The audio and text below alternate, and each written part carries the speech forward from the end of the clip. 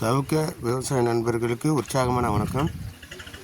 இப்போ நம்ம ஒரு சவுக்க விவசாய ஃபீல்டில் இருக்கிறோம். இது அரியலூர் மாவட்டம் சீமுஷ்ணம் அருகில் உள்ள ரெட்டிப்பாளையம் என்கின்ற விவசாயோட ஃபீல்டில் இருக்கிறோம். இப்போ இந்த சவுக்கையில் கரும்பு காணு மாரி அடித்து போட்டிருக்கிறாங்க. அதில் உளுந்து பயிரிட்டிருக்காங்க. உளுந்து இது என்னங்க அது சோயா பீன்ஸு பயிரிட்டிருக்காங்க. இப்போ நம்ம இயற்கை விவசாயி ஆனந்தராஜ் அவர் ஃபீல்டு தான். இப்போ இந்த சவுக்க விவசாய பராமரிப்புக்காகவும் இதை ஊடு பயிராக என்ன செய்யலாங்கிறதுக்காக இப்போ விவசாயிட்ட நம்ம நேரடியாக கேட்போம்.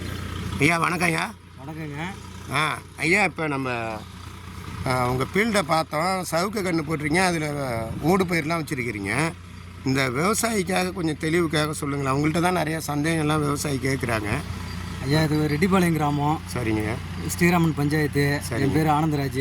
சரிங்க. சவுக்கு பார்த்தீங்கன்னா சித்திரை பங்குனி ஃபஸ்ட்டில் கடைசியில் நட்டோம். சரிங்க. கிட்டத்தட்ட இது ஒரு இன்றைக்கி 40 நாள் கிட்டத்தட்ட ஆயிடுச்சு. இப்போ 30 நாள் வரைக்கும் களையை பறிச்சுட்டு பஞ்சாப் ஒன்று ரகம் சோயா பீன்ஸு. சரிங்க. கும்பகோணம் பக்கம் பந்தநல்லூரில் அங்கே சக்தி கம்பெனின்னு இருக்குது. அவங்கள்ட்ட தான் விதை வாங்கிட்டு வந்தேன். இது ஊடு பயிராக சோயா பண்ணும்பொழுது இதுக்கு கொடுக்கக்கூடிய அந்த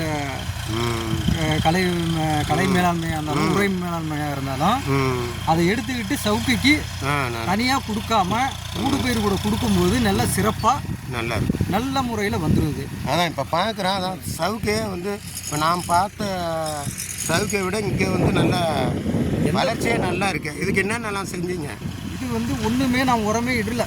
நீர் பாசனம் 2 வாட்டி வச்சு இதுலேருந்து களை பறிக்கணும். 3ஆவது வாட்டி நல்ல பதமான ஈரத்தில் சோயான்னு கிடையாது, கடலை அதுக்கு ஊடு பயிராக வச்சால் மட்டுமே சவுக்கையை கொண்டு வர முடியும். தனிப்பட்ட முறையில் எந்த ஒரு இடுபொருட்களும் கொடுத்தாலும் இறந்து போயிடும்.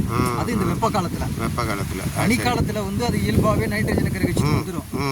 ஆனால் வெப்ப காலத்தில் மட்டும் ஏதாவது ஊடு பயிர் சவுக்கிய பொறுத்தளவுக்கு பயிர் பண்ணணும்னு ஆசைப்பட்டால் ஊடு பயிர் இல்லாமல் பண்ணக்கூடாது. சரிங்க. இப்போ நீங்கள் எத்தனை ஏக்கருங்க பண்ணிருக்கீங்க? இது 3,4 ஏக்கர் போட்டு 3,4 ஏக்கர் போட்டுருங்க. ஆமாம். பார்த்தீங்கன்னா கிட்டத்தட்ட ஒரு 2 அடி கிட்டத்தட்ட வந்திருக்கு பாருங்க. ஆமாம். 2 அடி கிட்டத்தட்ட 40 நாளில் கொண்டு வந்திருக்கோம் பாருங்க. 2 அடி வந்திருக்கு. ரகம் என்னங்க?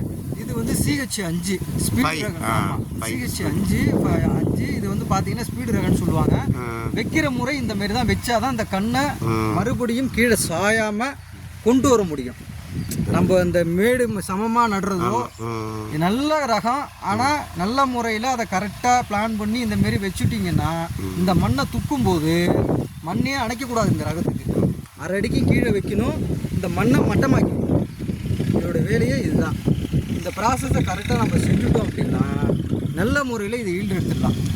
ஆனால் நல்லா அருமையான ரகம். சரிங்க ஐயா, விவசாயிக்கு நல்ல தகவல் சொல்லிங்க. நன்றி, வணக்கம். நன்றிங்க ஐயா. நன்றிங்க. உங்களுடன் இயற்கை ஆர்வலர் பசுபதி ரெட்டிப்பாளையத்திலிருந்து. நன்றி.